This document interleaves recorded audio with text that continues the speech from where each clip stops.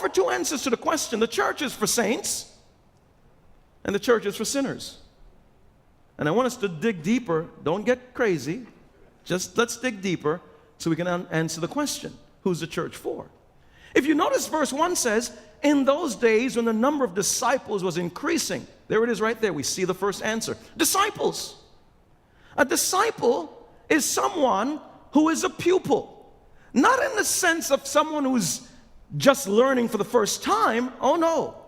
The disciple is a word that means that this person has distinct lifestyle and change that he or she has experienced where they actually embody the spirit of their master. So if you say, I'm a disciple of Jesus, when I look at you and the way you act, the way you behave, the way you do business, the way you interface with your family, with your kids, with your neighbors, with your coworkers, with your boss, with those who report to you on the job, those in your class, in your school, when you say you're a disciple of Christ, your behavior should reflect the spirit of your master, and your master is Jesus. And so if it doesn't reflect that, you're not a disciple of Christ. You're a convert. You're on your way.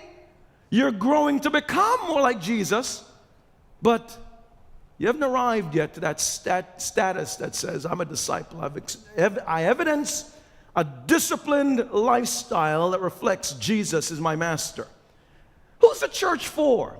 The church is for Jesus loving, Jesus following, Jesus honoring, and Jesus becoming people. Anybody in this room like that? Jesus loving, Jesus honoring, Jesus behaving, Jesus becoming people. Anybody in this room that fits that? Well, the church is for you. It's where you find your home among people that say the same thing. The church for people who believe in Jesus and agree with Jesus, what Jesus taught and stands for. When you read the Gospel of John or Matthew, Mark, Luke, and John, how many say, I believe what Jesus taught? Do you believe that? Is it just 3, 4, 5 people in here that believe that? Everybody else, who are you? Well, so if you believe what Jesus taught and what Jesus valued, then the church is for you. And so I'm answering the question, who's the church for? The church is for church people. Now, when I say the phrase church people, what comes to mind? People have developed an expectation as to how the church should do things. Let's have church. I mean, when we have that statement, let's have church, we want certain kind of music, certain kind of preaching, certain kind of teaching, certain kind of response. Let's have church. Anybody like that? And if you haven't had church that Sunday morning, when you go home, you're going to get a video, you're going to get a DVD, you're going to get something that says, hey, we didn't have church today at my church. I'm going home. We're going to have church at my living room. And you put on that DVD or that CD, that preacher, and you get there and you say, man, that's church. Do you know what I mean when I say the church is for church people? And so here's what's happening right now. The church that we just read about, the church of Jerusalem, the Hebrews, believers, said, we're not having real church because who are these people coming in here? And why is church different now than what it used to be?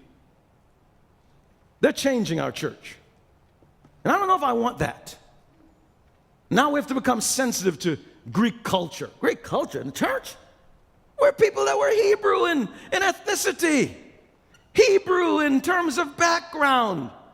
And so when we think church the same way, who's Christ's church for? There's some of us in this room right now, because we've been a part of Christ's church for a number of years, we think we have squatters' rights. I sit in this pew all the time. You come on Sunday morning, you see somebody sitting there, you look at them, and you know what the look means. Look, what are you doing sitting in my seat? This is my seat. I've been sitting there for years. Who are you? Look. Move over. And we don't say it verbally, but we think it. Or we project to people that may be new or newer to this church than we are. We project things like, where were you when we were going through different kinds of building campaigns? And where were you when this cathedral wasn't air conditioned and we put air conditioning in? Look, don't you tell me, I'll do what I need to do. I've been around.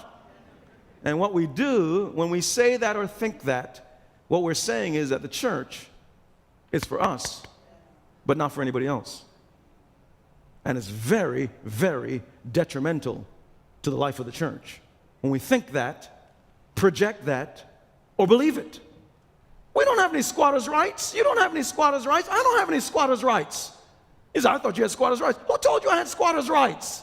If I mess up and I'm not going to walk right before the Lord, do you think that God's going to say, well, let's keep him there, he's the founding pastor, let's keep him in the game? How many think that God's going to do that? No, God's going to deal with me just like the New York Yankees deal with A-Rod or anybody else. You're not doing right, slip you out of the way, let's get somebody in there who can hit the ball. How many understand God has a big agenda and a big kingdom, and he wants to get the job done, and no one has squatters' rights. And who do you think you are to think that you have squatters' rights? Could you imagine the Hebraic Jews there in Jerusalem, at the church of Jerusalem? They're there wondering and projecting their thoughts and their attitude. Hey, who are these people? Were they around when Jesus was being crucified? There was people probably saying, crucify him. Now all of a sudden they get saved. I wonder if they're really saved. Now they want to become part of us. Now they want us to feed their widows. Feed their widows. Now they want us to sing songs, not just in Hebrew, but in Greek. Now we got to cater to them. It's not right. They need to just sit in the back row and just be glad that we even let them in the door. And so that kind of thinking, it's very, very detrimental to the growth or even to the emotional and spiritual health of the church.